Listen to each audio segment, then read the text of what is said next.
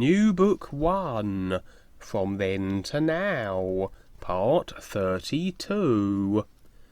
I sat and prepared a few things for the class, while Sonia cleaned the room, and then went to get the classroom ready.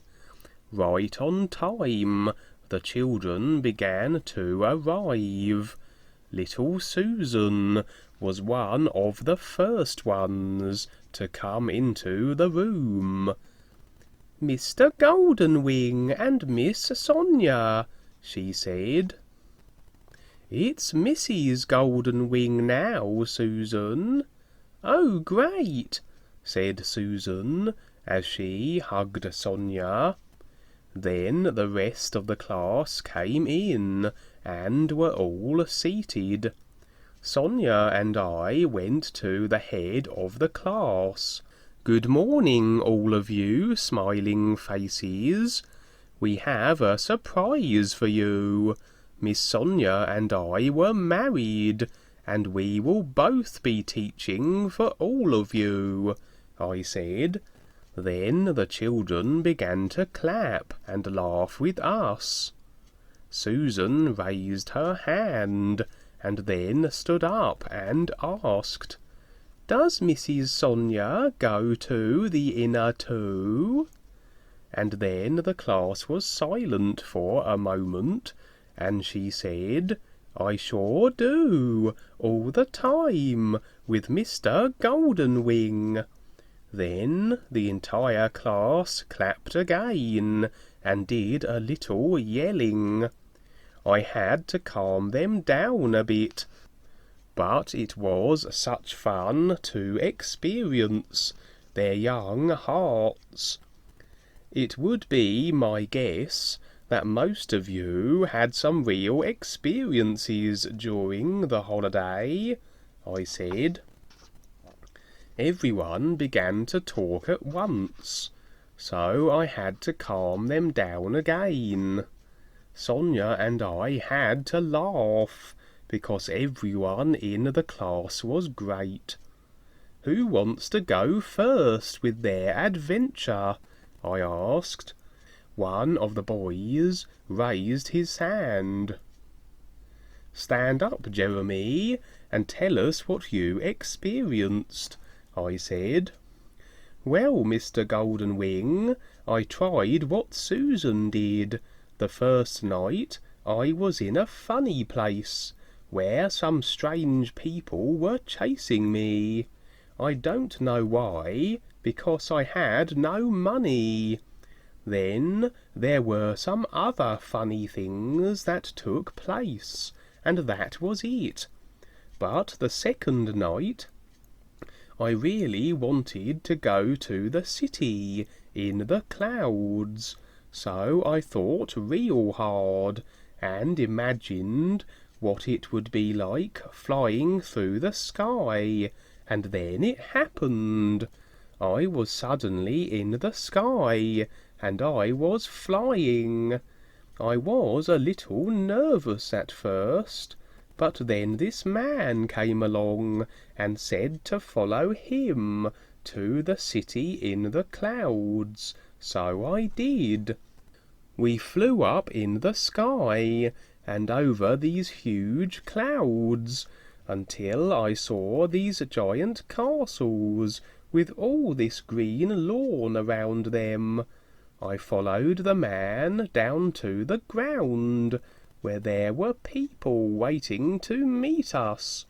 I started talking to the people, and as I turned to look for the man, he was gone. I know that I talked to the people, but I can't remember what they said." The class laughed, and so did I. "That was very good. Sonia and I went to the Cloud City with her sister Rosa last night. All of you can go there any time. It is just one of the many places to explore and meet new friends. You can be taught the basics of reading, writing, and arithmetic there, and be smarter than anyone.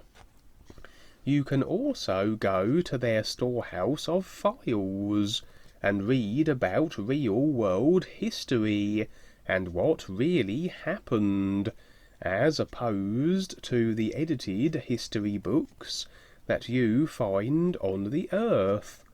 There is also a place where all the inventions come from and eventually make their way to Earth. If you want to find new places, use the name Rebazar I gave you to contact a real guide, and then ask him to escort you to where you want to go. All the knowledge you will ever need is through yourself. The information that you find on the earth will always be helpful too, but it's more fun on the real side, I said to the class. It sure is, Mr. Golden Wing, said some of the children as they chatted. Then everyone took turns and told a story about their experiences, which took us up to lunchtime. The children went out and played, and so did the cat. I told them they could stay out for a couple of hours, because I was going to write. Sonia and I rested a bit, as we both wrote and discussed what the children said. We could write forever about what they experienced, Goldie. I really like hearing their stories.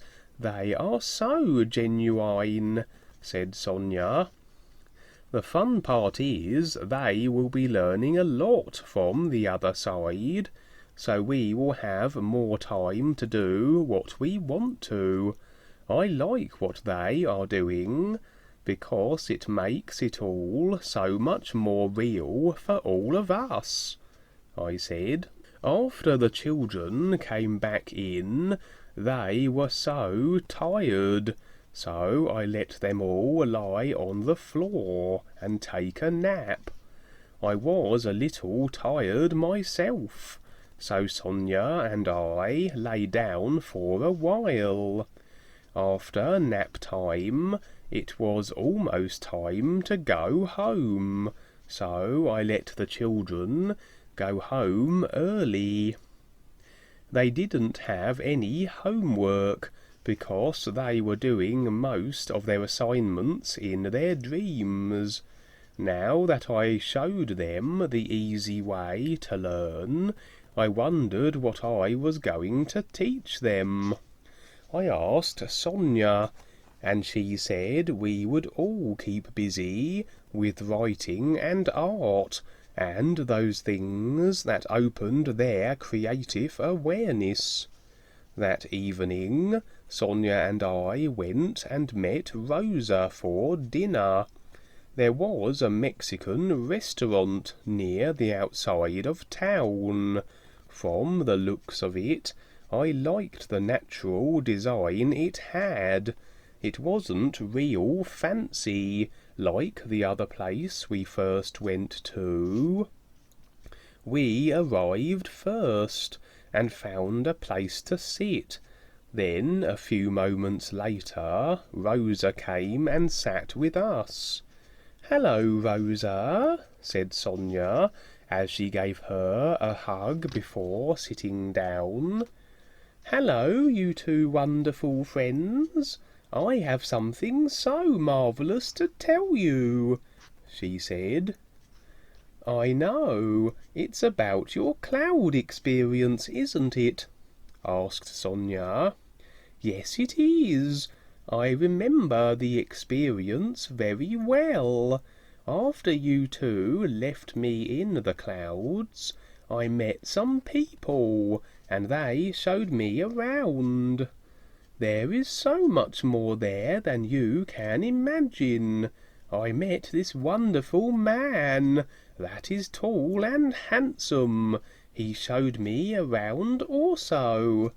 They have a place there that is like a library, with all the history of many worlds in it. He told me that I had been on many different planets in past lives, and that I could find some of my lifetimes recorded in their books. I didn't look at any of the books this time, because I wanted to see so much of the surroundings that were there. Just for the fun of it, I will research my lifetimes when I go there again, said Rosa. So, you had a good time finding out about yourself, Rosa? I asked. Oh yes, Goldie. Thank you so much for being so patient with me. What I know now has changed my whole life. I want to learn as much as possible. It's so exciting, she said. All of us sat for hours and talked about our experiences and had the best time. Afterward, we rode with Rosa to her place, and then Sonia and I went back to the school. It's so nice and dark out here, Goldie. Let's take a walk and see if we can see in the dark, she said, laughing. I took her hand, and we walked around the school and through the play yard, and then back into an area with a lot of trees. I have never been back here, even though I can see it from the school. Let's see what else there is, I said. We walked through the trees, and then on for a ways, until we came to the lake. It was a partial moon that barely lit the night, and the reflection of the water on the lake helped light our way. We walked down to the shoreline and sat on a tree that was bent over on the shore and into the water. What a beautiful night, Goldie! This is like a dream come true. I want to stay awake all the time and just live for the love that everything seems to be, she said. I like to hear you talk about all the beauty there is. It's better than listening to myself, I said as I laughed. Just then an owl flew by us and landed on one of the branches of the tree. We both watched him as he was perched and looking about, turning his head to the left and right. Then I heard him speak. Hello, Goldie. You are doing very well with everything. We are teaching the children on the inner, and they are very open to the true light that comes through them. Then he was silent for a moment. I looked at Sonia to see if she was able to understand what was taking place. She just smiled at me. Through my beingness, I asked the owl if she could perceive him. He said no, that she was aware on certain levels, but not like me, where I was aware on many levels. You will be coming into some interesting experiences, so be aware of what is taking place. The dark side will try and sway you from what you are doing, because it doesn't like people to become aware of the true reality. It wants the control of everyone, said the owl. Then he flew off into the darkness of the night. I looked at Sonia, and then asked her if she heard the owl say anything. She laughed, and then said, "Really? I didn't hear anything. What did he say?" I thought for a moment, and then told her. He said that we made a lovely couple, as I began to laugh, and then so did she. "I never told you that my cat and horse also talk with me." "Wow, that sounds fun. I wish I could do it. Is it hard?" she asked. "I don't think that it's difficult to do. It just takes practice, like anything else. I was taught by my parents since I was a young boy. I can now better understand how things work here, with all that I have been through. When we are young, we can be open to so many different experiences, but as we get older, we become so conditioned that it is hard for us to let go and be who we really are," I said. "As long as we are still young, Goldie, why don't we get a little romantic while we're here?" she said, and put her arm around me. "That would be fun," I said. Later on, we walked back to the school and past the cat as he was out moving about. "You didn't get me any fish from the lake, did you?" he asked, and then I laughed out loud. "What's so funny, Goldie? Did I say something?" asked Sonia. "It's not you, it's the cat. He wanted some fish from the lake," I said, and then she laughed too. "I like your cat, Goldie," she said. Then we went inside the school and slept for the night. While the body was sleeping, I found myself in a strange area. It was a desert-like area, and it was a sunny day, but as I looked at the horizon, I could see a storm coming in. It was moving rather fast toward me. The clouds were huge with lightning, and thunder moving through them. It was soon overhead, and covered the entire sky. It began to rain, and as I stood there, I could see the dark figure of a man in the distance. I knew who it was immediately. I was not interested in hearing anything he had to say, but I wanted to better perceive what was taking place. So I watched him and the storm at the same time.